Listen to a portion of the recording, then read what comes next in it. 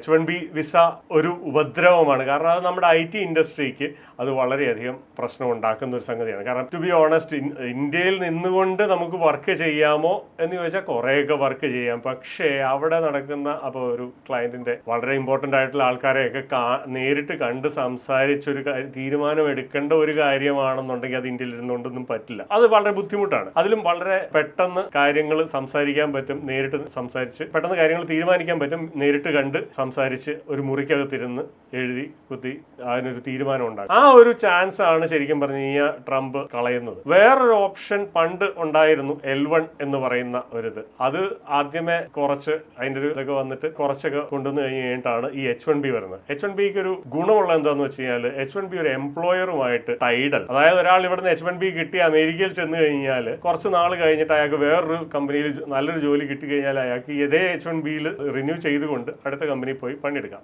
L1 എന്ന് പറഞ്ഞു കഴിഞ്ഞാൽ ശരിക്കും പറഞ്ഞാൽ കൊണ്ടുപോകുന്ന എംപ്ലോയറുടെ കീഴിൽ തന്നെ നിന്ന് പണിയെടുക്കേണ്ടി വരും. അങ്ങനെ ഒരു വ്യത്യാസമുള്ളൂ. പക്ഷെ അങ്ങനെ ഒരു ഓപ്ഷൻ ഇപ്പോഴും അവിടെ ഉള്ളതായിട്ടാണ് ഞാൻ അറിയുന്നത്. എന്നാൽ പോലും H1B ആണ് ശരിക്കും ഒരു ആവറേജ് IT എഞ്ചിനീയറെ സംബന്ധിച്ചിടത്തോളം നല്ലത്. കാരണം പോയി കമ്പനി ഇപ്പോൾ ശമ്പളം കൂട്ടി തന്നില്ല, അല്ലെങ്കിൽ നല്ലൊരു പൊസിഷൻ അപ്പുറത്ത് വേറെ ഉണ്ട്, അപ്പൊ കണ്ടുകൊണ്ട് നിൽക്കേണ്ട ആവശ്യമില്ല, ചാടാം, പുതിയൊരു കരിയർ തുറക്കാം, അമേരിക്ക എന്താ പറയുക ശമ്പളം ഡോളറിൽ കിട്ടും. അങ്ങനെയൊക്കെ ഗുണങ്ങൾ ഇഷ്ടം പോലെ ഉണ്ടായിരുന്നു. ആ ഗുണമാണ് ഇങ്ങേര് ഇല്ലാതാക്കിയത്.